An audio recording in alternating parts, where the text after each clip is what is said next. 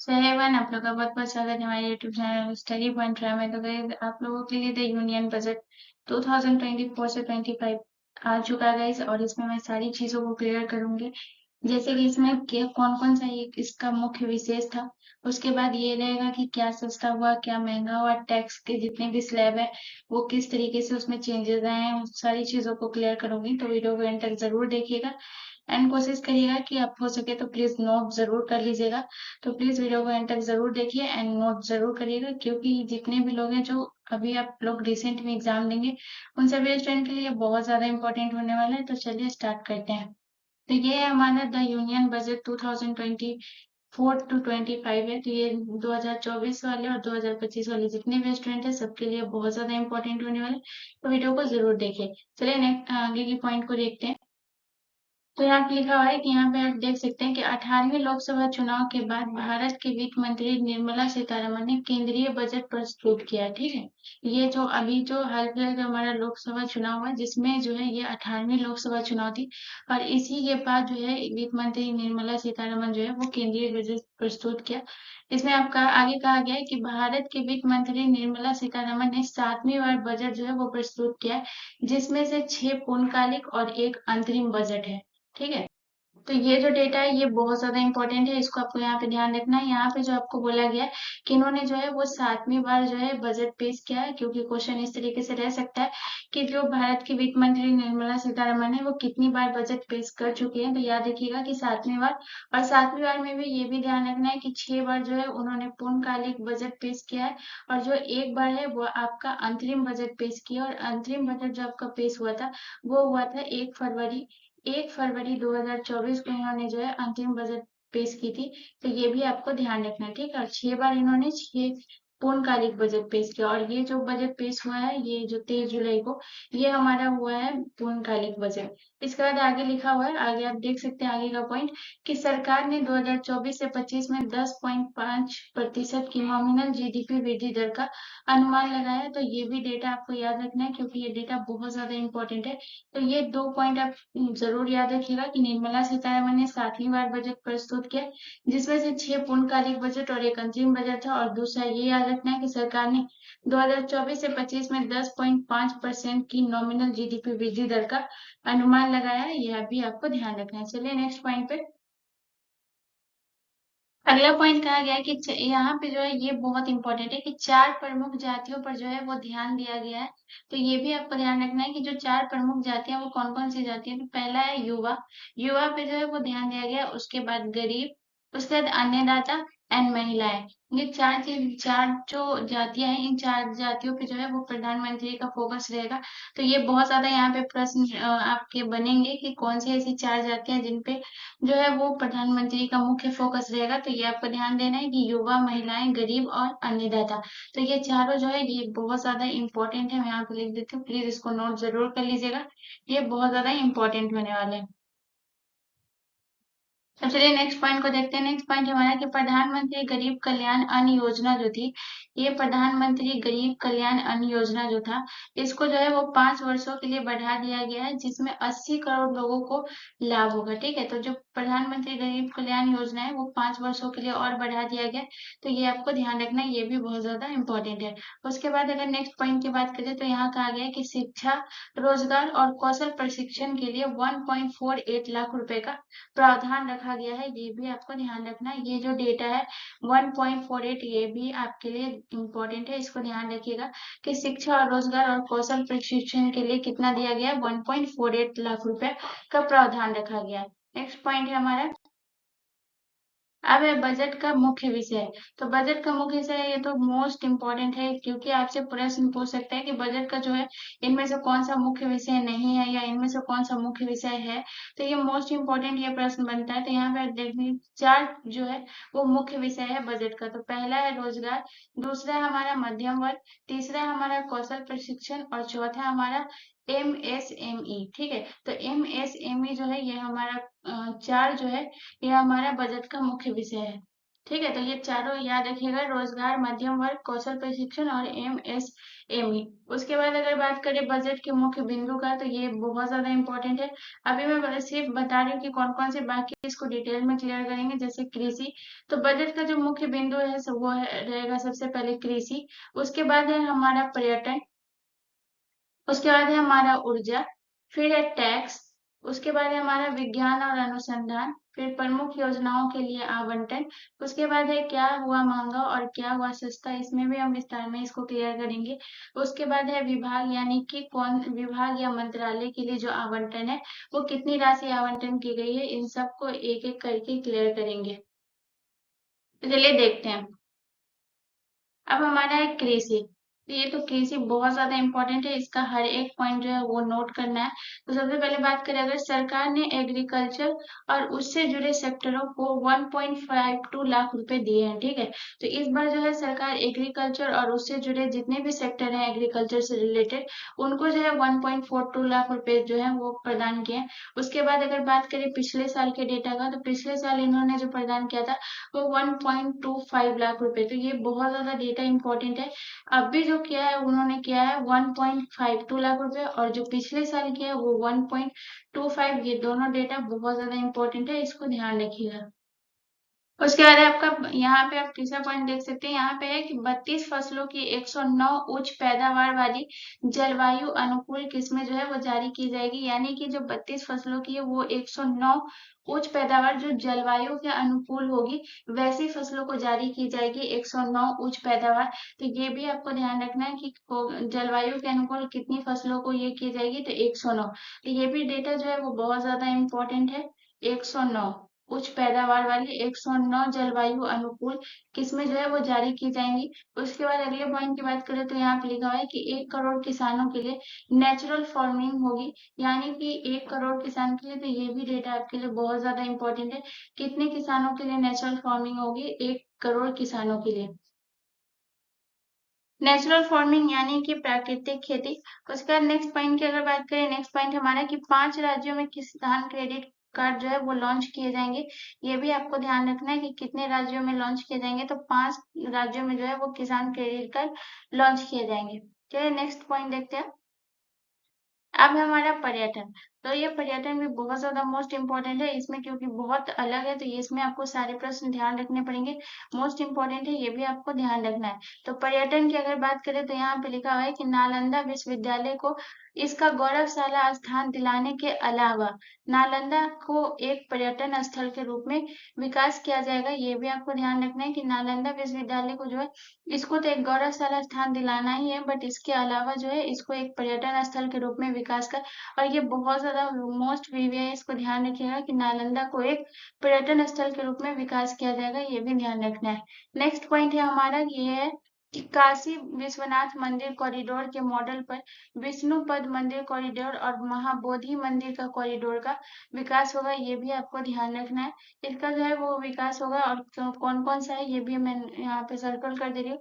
सबसे पहले है आपका काशी विश्वनाथ मंदिर मंदिर कॉरिडोर, उसके बाद है हमारा विष्णुपद मंदिर कॉरिडोर, उसके बाद है हमारा महाबोधि मंदिर का कॉरिडोर।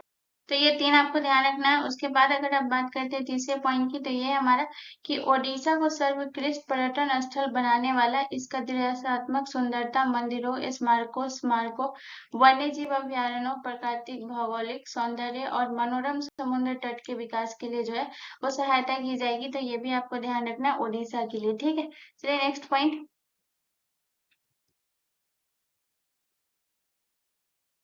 अब बात करते हैं ऊर्जा की। तो ऊर्जा की में क्या है, ऊर्जा में जो है कि वो 1 करोड़ घरों को 300 यूनिट तक मुफ्त बिजली मिलेगी। यानी कि इस बार जो है वो 300 यूनिट तक का जो है बिजली फ्री मिलेगा 1 करोड़ घरों में। तो इस बार ये बहुत अच्छी चीज है। अब देखते हैं टैक्स। तो टैक्स में एक नए स्लैब और नए दर के साथ इसका ये हुआ है, तो टैक्स का देखते हैं।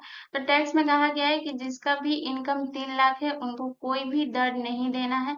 यानी कि 0% उनका दर है जिनका 3 लाख है।